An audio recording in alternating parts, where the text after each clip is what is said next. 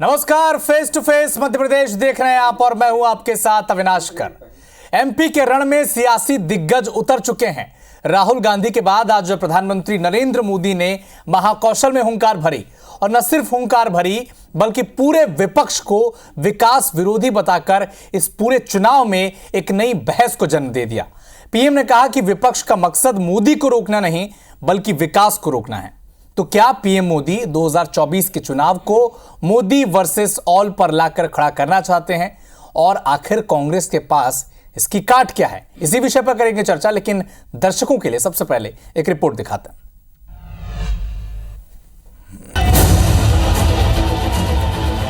ये लोग आपस में एक दूसरे से झगड़ते हैं। इंडी गठबंधन वालों को मोदी को रोकना नहीं है, देश के विकास को रोकना है। मोदी झुकता है तो या तो जनता जनार्दन के सामने या महाकाल के सामने। 2024 के चुनावी समर में महाकौशल मध्य प्रदेश का पॉलिटिकल एपिसेंटर बन चुका है। पहले जबलपुर में रोड शो, फिर बालाघाट में जनसभा। 3 दिन के भीतर महाकौशल के 2 लोकसभा क्षेत्र में पीएम मोदी ने चुनाव प्रचार कर चुनावी बिगुल फूंक दिया है। पीएम मोदी ने कहा कि अब तक जो विकास कार्य किए हैं वो तो महज फुलझड़ी हैं। अभी तो विकास के रॉकेट को और भी ऊंचाई पर ले जाना है। लेकिन पीएम मोदी ने कांग्रेस को निशाने पर कि विपक्षी गठबंधन इंडिया विकास विरोधी है।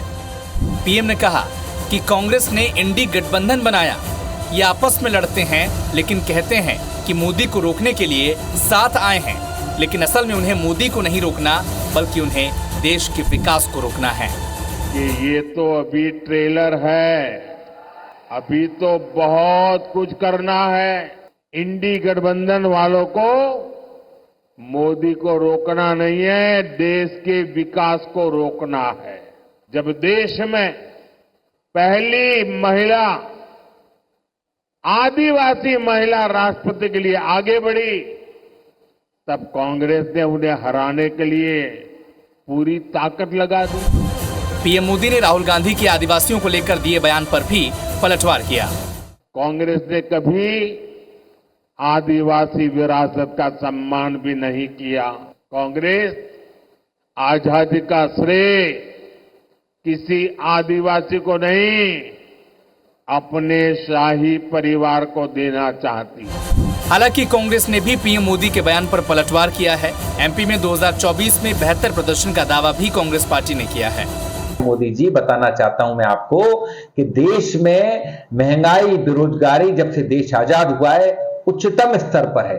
कभी जनता ने नहीं सोचा था कभी 125 का पेट्रोल भरवाएंगे या 1100 रुपए का एलपीजी सिलेंडर लेंगे।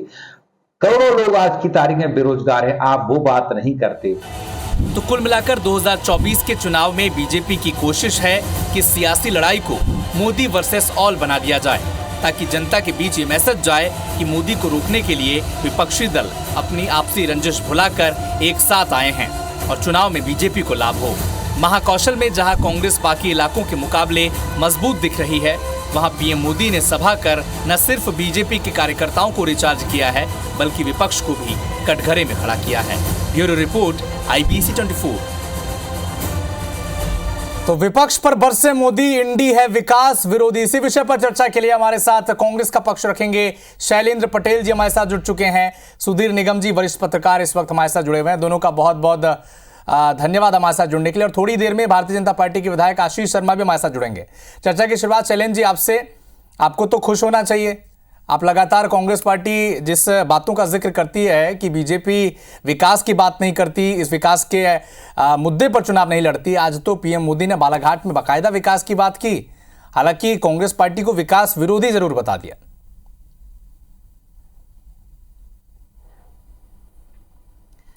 देखिए अविनाश जी, बात यह है कि उन्होंने खुद कहा कि अभी तो ट्रेलर है, फुलझड़ी है।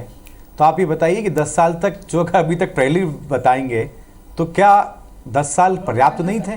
वो कह रहे फुलझड़ी थी तो पटाखा कब फोड़ेंगे? ये 10 साल तक क्या ऐसा ही था? वो इसलिए उनको ये बोलना पड़ रहा है कि जब वो सत्ता में आए थे उसके पहले जो वादे किए थे, जो उन्होंने लोगों की देश की जनता को विश्वास दिलाया था कि हम हर वर्ष 2 करोड़ रोजगार देंगे, स्विस बैंक से पैसा आएगा, हर लोगों के खाते में 15-15 लाख रुपए आ जाएगा, किसानों की आय दुगनी करेंगे, महंगाई की बहुत हो गई मार, अब की बार मोदी सरकार। ये तमाम बातें 10 सालों में पूरी नहीं हुई है। देश में एक अलग तरह का वातावरण बना दिया गया, भय का वातावरण बना दिया गया, देश को बांटने का वातावरण बना दिया गया, विकास कहीं ना कहीं बहुत पीछे रह गया। आज आम जनता, चाहे देश की जो हो, चाहे वो किसान हो, चाहे वो मजदूर वर्ग हो, चाहे व्यापारी हो, कहीं ना कहीं आर्थिक रूप से परेशान है, क्योंकि जो पैसा है वो बड़े लोगों के हाथों में जा रहा है, अमीर और अमीर होता जा रहा है और गरीब कहीं ना कहीं गरीबी की ओर जाता जा रहा है। और आज जब उनको इस सब बातों को बार चारों तरफ से उनके ऊपर हमले हुए तो उनको विकास की बात याद आ गई, लेकिन सच्चाई कहीं ना कहीं निकल जाती है। तो उनको ये कहना पड़ा कि अभी तो ये फुलझड़ी है, अभी तो ट्रेलर है। तो आप पिछले 10 सालों से जब आपकी सरकार थी, पूर्ण बहुमत की सरकार थी, तो क्यों नहीं आपने पूरी पिक्चर बताई, क्यों नहीं देश को विकास की राह पर आगे बढ़ाया, ये सवाल उठता है। ठीक है सुधीर निगम जी, जिसका जिक्र पीएम मोदी ने किया कि विकास विरोधी है कांग्रेस पार्टी, इस पर भी आएंगे, लेकिन क्या कल राहुल गांधी और आज प्रधानमंत्री मोदी और से ठीक एक दिन पहले रविवार को फिर से जबलपुर में वो थे और रोड शो कर रहे थे, क्या महाकौशल पर अब दोनों ही दलों की निगाह है? क्योंकि अगर विधानसभा आंकड़े देखे जाए तो 31 में 17 सीटें तो कांग्रेस पार्टी के पास है, तो बीजेपी समझ चुकी है कि अब पीएम मोदी के चेहरे को चुनावी मैदान में उतारना पड़ेगा।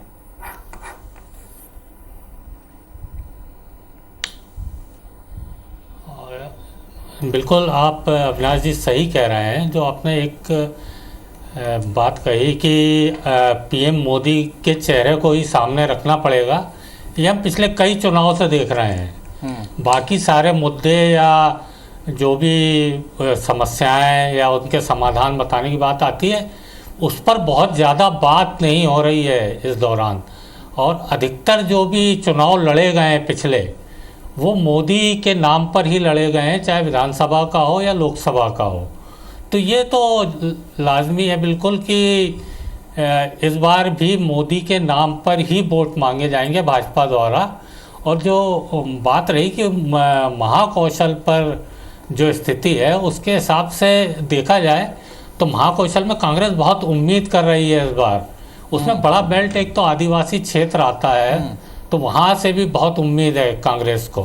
तो ये सारी चीज़ें ध्यान में रखते हुए ही आप देखेंगे कि मोदी जी के जो दौरे होते हैं, पिछले विधानसभा चुनाव के दौरान भी हुए और अभी भी हो रहा है, तो कई जगह ऐसी ज़्यादातर देखेंगे आप कि आदिवासियों को अपने लिए साधने की कोशिश की गई है। इसलिए मुझे लगता है कि वो उस क्षेत्र में ज़्यादा ध्यान दिया जा रहा है। लेकिन हाँ, इस बार कांटे की टक्कर जरूर होगी महाकौशल में, खास तौर पे महाकौशल में कांटे की टक्कर है। लेकिन शैलेंद्र जी, आज जिस बात का जिक्र पीएम मोदी ने भी किया कि कांग्रेस की लड़ाई भारतीय जनता पार्टी से नहीं है, बल्कि कांग्रेस में अपने ही नेताओं से, जो नेता छोड़कर जा रहे हैं, आपको यही तो आरोप लगा रहे हैं कि एक व्यक्ति के वन मैन शो यहाँ पर चल रहा है, राम मंदिर का मुद्दा वो उठा रहे हैं, सनातन विरोधी होने का आरोप कांग्रेस के जो नेता छोड़कर जा रहे हैं लगा रहे हैं। तो आपको लगता नहीं है कि पीएम मोदी ने कांग्रेस के अंदर की आवाज़ों को अब मंच पर उठाना शुरू कर दिया?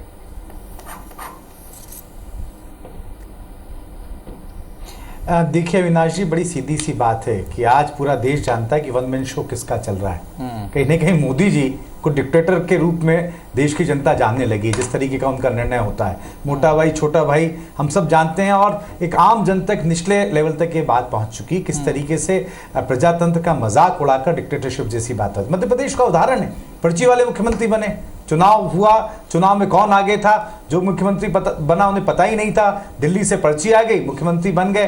तो ये सीधे सीधे कहने की डिक्टेटरशिप वाली बात है, और आप दूसरे पे इल्जाम लगा रहे हैं। आपको 10 सालों में आज देश के सामने जो आपने पहले वादे किए थे, आज उन सबको बताना था कि हमने ये किया, हमने 2 करोड़ रोजगार दिए। अगर दिए होते तो बताते। अगर किसानों की आय हमने दुगनी की होती तो आज कहने में आता है कि किसानों की आय हमने दुगनी कर दी। आज किसान किस तरीके से उन्नति पे हैं, अब वो किस मुंह से बताएंगे जब 700 से ज्यादा किसान दिल्ली में उनके नाक के नीचे उनकी मृत्यु हो गई।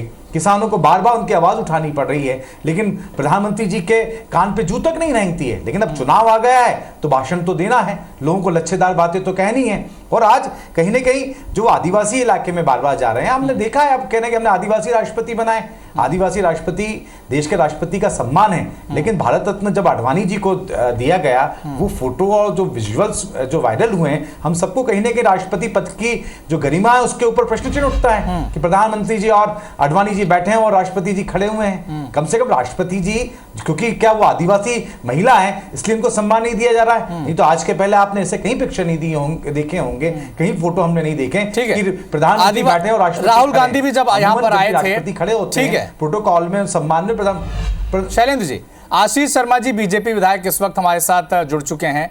आशीष जी, शैलेंद्र पटेल और पूरी कांग्रेस पार्टी कह रही है कि विकास की बात अगर भारतीय जनता पार्टी करेगी तो बीजेपी का ही नुकसान हो जाएगा। देखिए, भारतीय जनता पार्टी विकास के मुद्दे पर देश की जनता का 2 बार विश्वास जीत चुकी है। माननीय नरेंद्र मोदी जी ने 2014 में और 2019 में इसी विकास के दम पर, इसी सुशासन के दम पर जनादेश प्राप्त किया था, और तीसरी बार भी हमारी जो सरकार बनने जा रही है केंद्र में, वो विकास की योजनाओं के दम पर, देश को एक अच्छी सरकार देने के दम पर, देश के सुरक्षित भविष्य की गारंटी को लेकर, और इस देश की जो संस्कृति है, इस देश के जो संस्कार है, इन सब की रक्षा के लिए जिस व्यक्ति ने, जिस सरकार ने काम किया, उसे देश की जनता पुनः चुनना चाहती है। और विकास के मामले में कांग्रेस के 60 साल का आप कार्यकाल रख लीजिएगा और उसकी तुलना में मोदी सरकार के 10 वर्ष के कार्यकाल से उसका अंदाजा लगा लीजिएगा। जितना 10 वर्षों में मोदी जी की सरकार के समय भारत में विकास हुआ है, भारत का पूरी दुनिया में नाम गूंजा है, और एक महाशक्ति के रूप में भारत विश्व के मंच पर अपनी जिस तरह से पहचान बना रहा है, ये अपने आप में हर भारतीय के लिए गौरव की बात होना चाहिए। पूरा विपक्ष एक तरफ है और एक तरफ मोदी जी और भारतीय जनता पार्टी, और ये पूरा विपक्ष मिलकर भी जिस एक व्यक्ति का, एक पार्टी का मुकाबला नहीं कर पा रहा है, वो हमारी भारतीय जनता पार्टी है। और इसलिए मैं कहना चाहता हूं, 2024 के परिणाम जब 4 जून के दिन आएंगे, उस दिन 400 पार का जो नारा मोदी जी ने दिया है, भारतीय जनता पार्टी ने जिसे अपना संकल्प बनाया है, ठीक है, इतनी सीटें इस भारत में लोकसभा की भारतीय जनता पार्टी और सहयोगी दलों को मिलेगी। पीएम मोदी ने आज मंच पर, आशीष जी, पीएम मोदी ने आज मंच पर विकास की बात की और विपक्षी गठबंधन इंडिया को विकास विरोधी बता दिया। ठीक है, अगर पीएम मोदी कह रहे हैं कि मध्य प्रदेश में और पूरे देश में उनके सांसदों ने बड़ा ज़बरदस्त काम किया है, तो मध्य प्रदेश के जिस जगह से पीएम मोदी संबोधित कर रहे थे जनसभा को, बालाघाट, वहीं से बीजेपी ने अपना प्रत्याशी बदल दिया।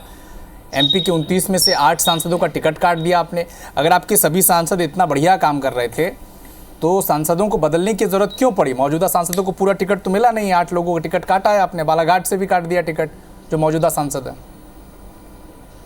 देखिए, बदलने का विषय नहीं है, हर बार संगठन कुछ टिकट बदलता ही है, हर बार नए चेहरे आते हैं, नए और पुराने का सामंजस्य, और सबसे बड़ी बात यह है जीतने की 100% क्षमता, जीतने का 100% आशीष जी, 8 जो सांसद परफॉर्मर नहीं थे जी, ये जो 8 सांसद जिनका टिकट कटा है, बालाघाट इंक्लूड करके मैं पूछ रहा हूं, क्या ये लोग परफॉर्मर नहीं थे या फिर केवल जिताऊ कैंडिडेट? देखिए मेरी बात, देखिए हमारी क्या भूमिका होगी राजनीतिक दल के कार्यकर्ता के रूप में, उसे तय करने का हम अधिकार हमारा पार्टी का है। जरूरी ये नहीं है कि जिसका टिकट काटा जाता है उसकी हारने की ही संभावना हो। कई बार परिस्थितियों को देखकर, स्थानीय क्षमताओं का आकलन करके, और किसी एक व्यक्ति से कहां पर फायदा मिल सकता है, किसी एक व्यक्ति को उम्मीदवार बनाने से पार्टी कहां मजबूत हो सकती है, ऐसे कई सारे पहलुओं को ध्यान में रखना पड़ता है। किसी का टिकट कटना इस बात का प्रमाण नहीं है कि वो पार्टी के लिए सर्वथा योग्य है, उसकी और कई आवश्यकता हो सकती है। आपने देखा होगा भारतीय जनता पार्टी संगठन में समय समय पर कई बार आश्चर्यजनक, लोग जिसका आकलन नहीं कर पाते, ऐसे निर्णय किए जाते हैं, वो जनभावना के अनुरूप किए जाते हैं, कार्यकर्ताओं की कार्य करने की लगन के आधार पर किए जाते हैं, और कार्यकर्ताओं की भावनाओं के अनुरूप किए जाते हैं। इसलिए भारतीय जनता पार्टी ने अपने निर्णयों से सदैव चौंकाया है। आशीष जी, शैलेंद्र जी से जवाब ले लेते हैं। शैलेंद्र जी, पीएम मोदी का चेहरा भारतीय जनता पार्टी के पास है, मोदी की गारंटी का जिक्र करके हर चुनाव पर भारतीय जनता पार्टी प्रचार भी कर रही है। आपके पास किसी एक चेहरे की कमी नजर आती है क्योंकि आपके जो पोस्टर्स आते हैं वो ग्रुप में नेताओं के चेहरे होते हैं, तो आपके पास नेता के चेहरे की कमी है, इसका नुकसान तो नहीं होगा कांग्रेस पार्टी को मध्य प्रदेश में? देखिए अविनाश जी, सबसे पहली बात तो ये आशीष जी ने अभी कहा है कि एक तरफ से भारतीय जनता पार्टी है, तो शायद उनके ध्यान से उतर गया होगा क्योंकि काफ़ी काबिल विधायक हैं कि एनडीए भी गठबंधन है, भारतीय जनता पार्टी उसका पार्ट है, कोई अकेली भारतीय जनता पार्टी चुनाव नहीं लड़ रही है। और लगभग 3-4 पार्टियों का फर्क है दोनों में, एनडीए और इंडिया गठबंधन में, और चुनाव लड़ रहे हैं। जहां तक सवाल फिर ये आती है कि एक तरफ डिक्टेटरशिप जैसी बात हो गई कि मोदी जी ही सब कुछ हैं, बाकी पार्टी का कोई मतलब नहीं है, उन्हीं के चेहरे पे चुनाव लड़ा जा रहा है। तो कहीं नहीं, प्रजातंत्र में तो सामूहिक रूप से काम किया जाता है, सामूहिक नेतृत्व को बढ़ाया जाता है। कांग्रेस पार्टी में सामूहिक नेतृत्व है, इंडिया का सामूहिक नेतृत्व है, और जब सामूहिक नेतृत्व मिलता है तो देश आगे जाता है। कोई व्यक्तिगत तो है नहीं, देश हम सबका है, और जितने ज्यादा नेतृत्व देने वाले होंगे उतना ज्यादा विकास होगा, उतने ज्यादा विचार आएंगे, उतने ज्यादा काम होंगे। आशीष जी, आपके नेतृत्व को डिक्टेटरशिप बताया जा रहा है। आज इस बात की बात है कि बहुत सारे लोग जी, आपके नेतृत्व को, भारतीय जनता पार्टी के नेतृत्व को डिक्टेटरशिप बताया जा रहा है। भारतीय जनता पार्टी का नेतृत्व अपने आप में आज के समय में जो हमारे पास नेतृत्व है उसका कोई मुकाबला विपक्ष के पास नहीं है। इनके पास वो मोहरे हैं, इनके पास वो नेतृत्व है जो लगातार पार्टी में भी नकारे जा रहे हैं, जनता के द्वारा भी नकारे जा रहे हैं। और हमारे पास सिर्फ भारत का सर्व स्वीकार्य नेतृत्व नहीं बल्कि पूरी दुनिया जिनके नेतृत्व का लोहा मानती है, ऐसे नरेंद्र मोदी जी का नेतृत्व हमारे पास है। पूरी दुनिया में जिन्होंने भारत का सम्मान बढ़ाया है और पूरे देश को परिवार मानकर जिन्होंने इस भारत माता की सेवा करने का संकल्प पूरा किया है, ऐसे नरेंद्र मोदी जी के मुकाबले में इनके पास कोई चेहरा नहीं है। ये सब मिलकर लड़ रहे हैं तो भी मोदी जी का कोई मुकाबला नहीं कर पा रहे हैं। एक सवाल ले लीजिए और फिर शैलेंद्र जी के पास जाएंगे।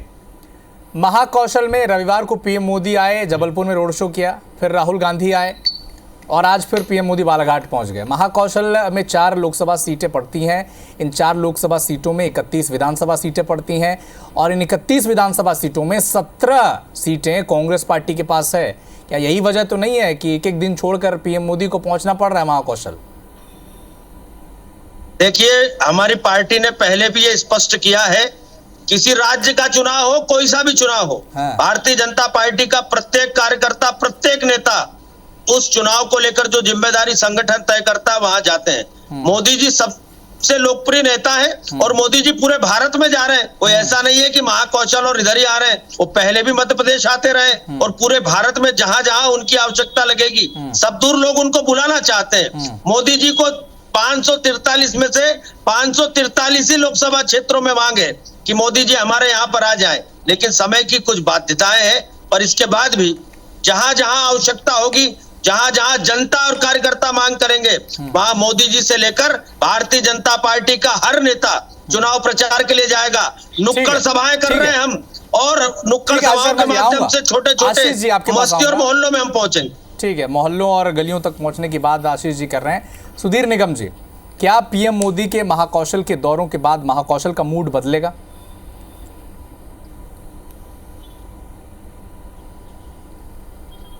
ये तो देखिए बहुत स्पष्ट है कि प्रधानमंत्री मोदी जहाँ जहाँ रैली करेंगे, सभाएं करेंगे, रोड शो करेंगे, वहाँ अंतर तो पड़ना बिल्कुल लगता है कि अंतर पड़ेगा इन चीज़ों से। लेकिन सबसे महत्वपूर्ण चीज़ ये है कि उस क्षेत्र के जो कार्यकर्ता हैं वो कितने मोटिवेटेड होते हैं उससे, तो उनको मोटिवेट कर पाए होंगे अगर, तो ज़रूर उसका बहुत असर देखने को मिलेगा। क्योंकि कांग्रेस के पास इस समय मोदी की टक्कर का नेता कोई भी नहीं है। चाहे कांग्रेस के यहाँ प्रवक्ता बैठे हैं, उनसे अकेले में बात करेंगे, या बीजेपी के विधायक बैठे हैं, तो ये बात बिल्कुल स्पष्ट रूप से है कि मोदी के मुकाबले का नेता किसी भी पार्टी के पास इस समय देश में नहीं है। उनका जो चमत्कारिक व्यक्तित्व है, किसी भी तरह से देखेंगे तो उसका मुकाबला करने के लिए ऐसा कोई सामने चेहरा नहीं है। ठीक है, शैलेंद्र जी इसलिए के पास जो से बात चले आ जाते हैं, रही है जवाब ले ना, लेते हैं। मोदी वर्सेस ऑल जी, तो वो मोदी यही वर्सेस बात ऑल है की लड़ाई। और इसीलिए उसका लाभ उठाने की कोशिश है। जी, भारतीय जनता पार्टी की कोशिश भी है शैलेंद्र जी कि इस पूरी लड़ाई को, इस पूरी देखिए, अविनाश जी, सियासी सबसे अदावत को, जी आऊंगा आपके पास, सवाल सुन लीजिए। इस पूरी अदावत को कांग्रेस, भारतीय जनता पार्टी की कोशिश है कि मोदी वर्सेस ऑल पर लाकर खड़ा कर दिया जाए और इससे नुकसान कांग्रेस पार्टी को ही होगा। आपको नहीं लगता? देखिए अविनाश जी, मैं पहले आशीष जी ने जो बात कही थी कि पूरे विश्व के नेता हैं, चमत्कारिक व्यक्तित्व हैं, तो आप ये बताइए कि चीन ने आज हमारे देश की जमीन हथिया ली, उस मामले में मौन है। मलेशिया जैसा एक छोटा सा देश हमें आंख दिखा रहा है, आज वो सब चीजें सामने हैं। और इस व्यक्तित्व का जो महामंडित करके और आज जो एक इमेज प्रोजेक्शन का जो काम किया जा रहा है और उससे जो वोट बटोरने का प्रयास है, कहीं ना कहीं उसको हमें अंतर्राष्ट्रीय और राष्ट्रीय स्तर पर नुकसान हो रहा है। आज हम अंडरलाइन इश्यूज पे कहीं, लेकिन ब्रांड मोदी को चुनाव से फायदा तो हो रहा है। अनाज देने को आप वाही लूट रहे हैं क्योंकि आप गरीबी दूर नहीं कर पा रहे हैं। लेकिन ब्रांड मोदी से भारतीय जनता पार्टी को लाभ तो हो रहा है, चुनावी लाभ। चुनाव ही सब कुछ नहीं है, राजनीति और देश सबसे, देखिए लेकिन देश की जनता तक कांग्रेस पार्टी के पास जो जिम्मेदारी है कि उसे इन सब मुद्दों को जनता के बीच ले जाने होंगे। कांग्रेस पार्टी तो बार बार असफल हो रही है। अगर ये सब मुद्दे, अगर कांग्रेस पार्टी एज अ विपक्ष जनता तक नहीं ले जा पा रही है, देखिए, तो उसमें हार तो विपक्ष की भी है। देखिए अविनाश जी, राजनीति के हम जब देश आजाद हुआ, जब से कई बार ऐसे मौका है, कभी कोई दल लंबे समय तक सियासत के दौर में सरकारों में रहा, कभी कोई दल रहा है, और ये समय समय की बात होती है।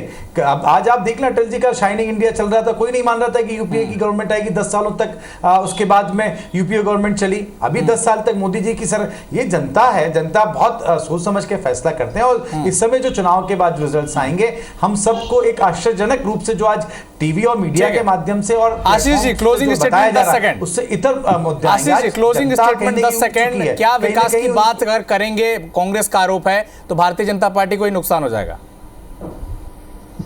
भारतीय जनता पार्टी विकास के मामले में किसी भी पूर्ववर्ती सरकार से पीछे नहीं है, कई गुना आगे है। और हम तो चाहते हैं कि विकास के मुद्दे पर ही चुनाव हो, और इसलिए विकास के हर मुद्दे पर, विकास की हर बात पर हम दो हाथ करने के लिए तैयार हैं। जितना विकास मोदी जी ने इस देश में किया है, कभी किसी सरकार ने नहीं किया।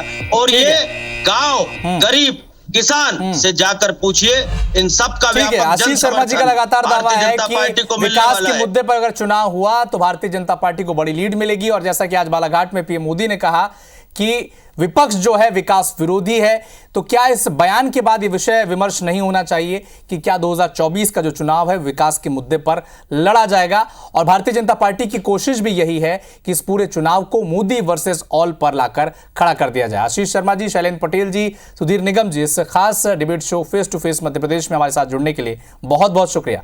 नमस्कार।